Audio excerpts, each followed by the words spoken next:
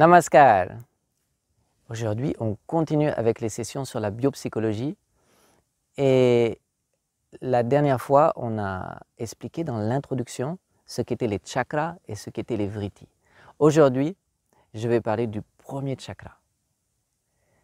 Alors, un petit résumé, les chakras sont ces centres d'énergie psycho-spirituelle qui contrôlent nos sécrétions hormonales et qui en retour contrôlent nos émotions.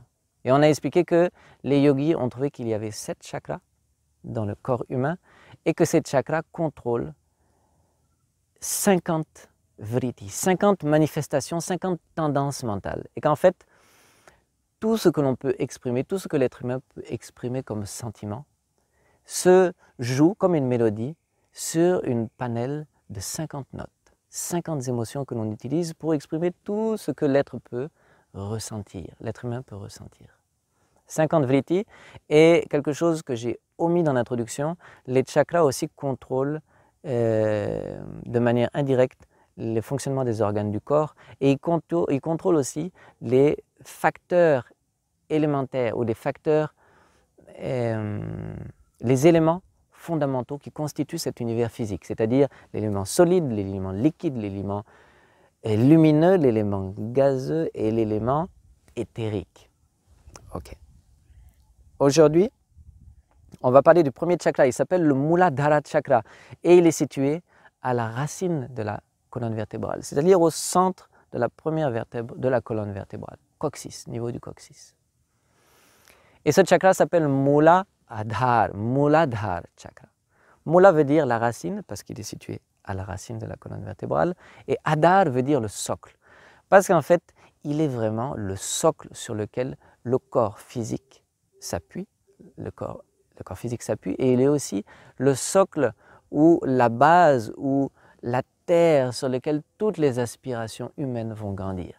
Les aspirations physiques, les aspirations psychologiques, les aspirations psychospirituelles et l'aspiration spirituelle, qui sont en fait toutes les manifestations d'une seule et même désir de préservation de l'espèce, mais qui va se manifester de façon de plus en plus raffinée alors que l'être humain s'élève. Donc, il contrôle 4 vrittis principales, qui sont ces 4 aspirations dont je viens de parler, et qui s'appellent en sanskrit Kama, Artha, Dharma, Moksha. Alors, allons-y une après l'autre. Kama, c'est vraiment le désir de la préservation physique pure. Au tout début de l'éveil de ce que peut être ou de ce que peut devenir l'homme, il est plein de désirs physiques de ce monde. Et il va inventer 1001 sciences pour se réjouir au maximum des objets qui l'entourent. Non seulement il a mis au monde 1001 sciences, mais il mettra encore 1001 sciences. Il inventera 1001 sciences pour pouvoir profiter au maximum, obtenir le maximum de plaisir des objets de ce monde. Donc toutes ces ambitions physiques, ces ambitions mondaines sont du domaine de Kama. Alors attention, Kama doit exister pour que l'homme puisse se préserver physiquement. Mais lorsque Kama est déséquilibré ou lorsque le Muladhara chakra est déséquilibré et que Kama à son tour s'exprime de façon anormale, qu'est-ce qui se passe? L'homme se rue, se livre sans retenue au plaisir de ce monde. Voilà. Maintenant, au cours de l'évolution, l'homme s'éveille de plus en plus et les aspirations psychiques se développent. Quelles sont ces aspirations psychiques? C'est ok, on a fait l'expérience de plaisir physique, mais on a aussi fait l'expérience de la souffrance. Et Artha est quoi? Artha veut dire de vouloir résoudre, de vouloir mettre fin aux afflictions auxquelles on est sujet. Les afflictions physiques, par exemple, on a faim, il faut trouver à manger. Lorsqu'on arrive à trouver à manger, on met fin à l'affliction de la faim. Ou par exemple, on se casse un bras, ça fait très mal, il faut trouver un moyen pour guérir le bras, pour mettre fin à la douleur que l'on ressent.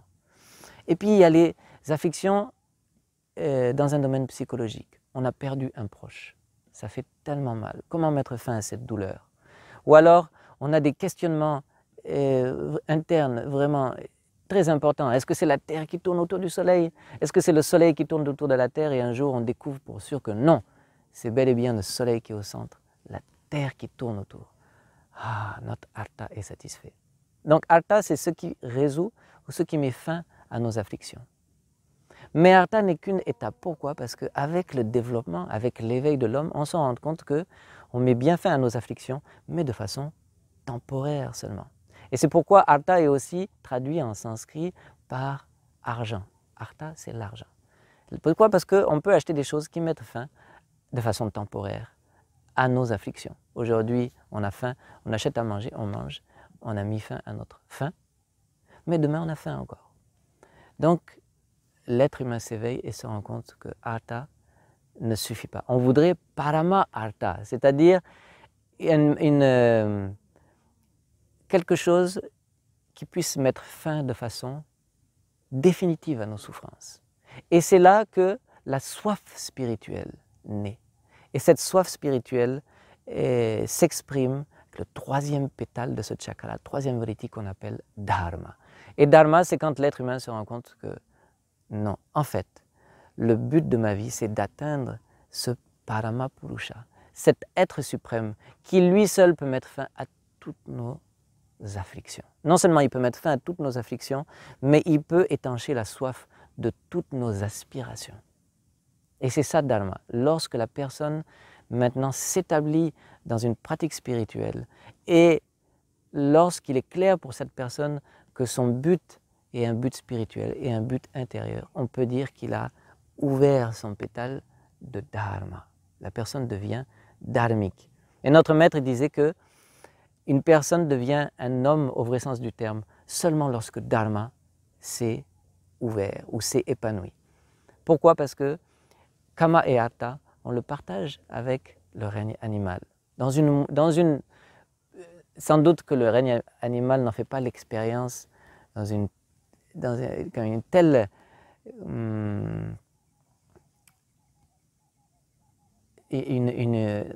sans doute que le règne animal ne peut pas en faire l'expérience comme nous on peut le faire, avec toute notre capacité mentale. Mais Dharma, lui, il est seulement présent chez l'homme, la quête spirituelle, complètement intérieure.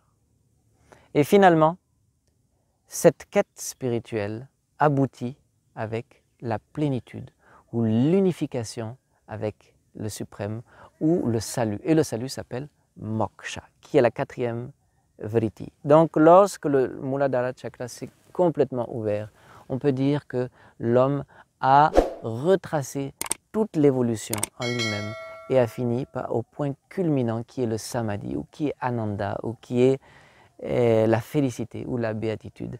Et il a accompli sa tâche dans ce monde.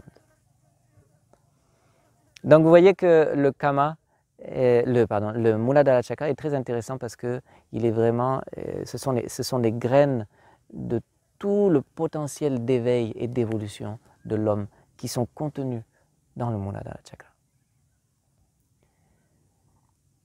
D'accord. Qu'est-ce que l'on peut faire pour renforcer, réguler, purifier notre Muladhara Chakra? La chose la plus importante, c'est de commencer à pratiquer la spiritualité. C'est lorsque l'on va commencer à pratiquer la spiritualité et lorsque l'on va commencer à admettre, à comprendre, à accepter, à réaliser que le but d'une vie humaine est spirituel, que l'on va arriver à canaliser toute l'énergie qui est dans le Muladhara Chakra pour aller vers l'éveil de l'homme et finalement épanouir tout le potentiel qu'il y avait dans ce chakra. Donc, de suivre une spiritualité ou de pratiquer une spiritualité authentique est la meilleure façon de réguler, purifier notre Muladhara Chakra, de manière à concentrer, canaliser toute notre énergie vers l'éveil pour atteindre la plénitude finale qui est moksha.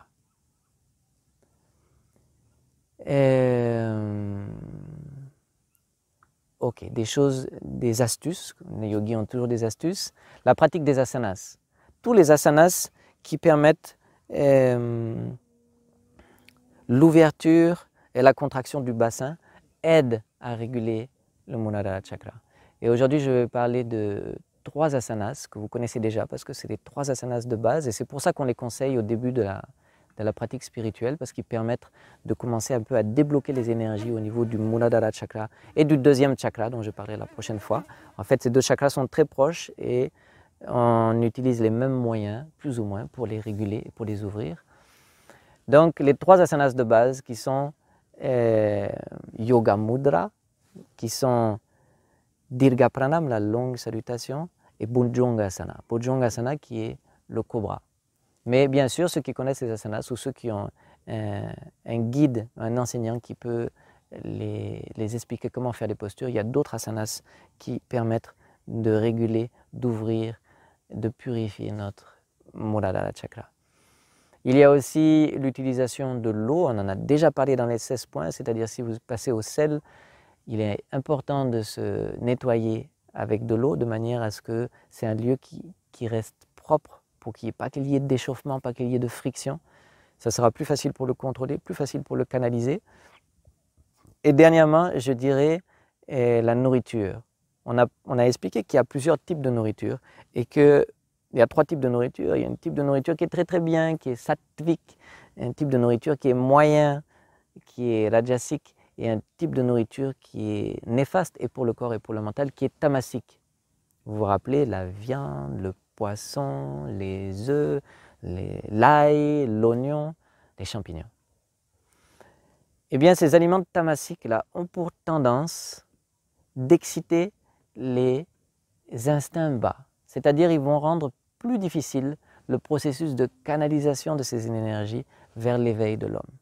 Donc celui qui consomme ces aliments tamasiques aura des difficultés à libérer, à ouvrir son Muladhara chakra.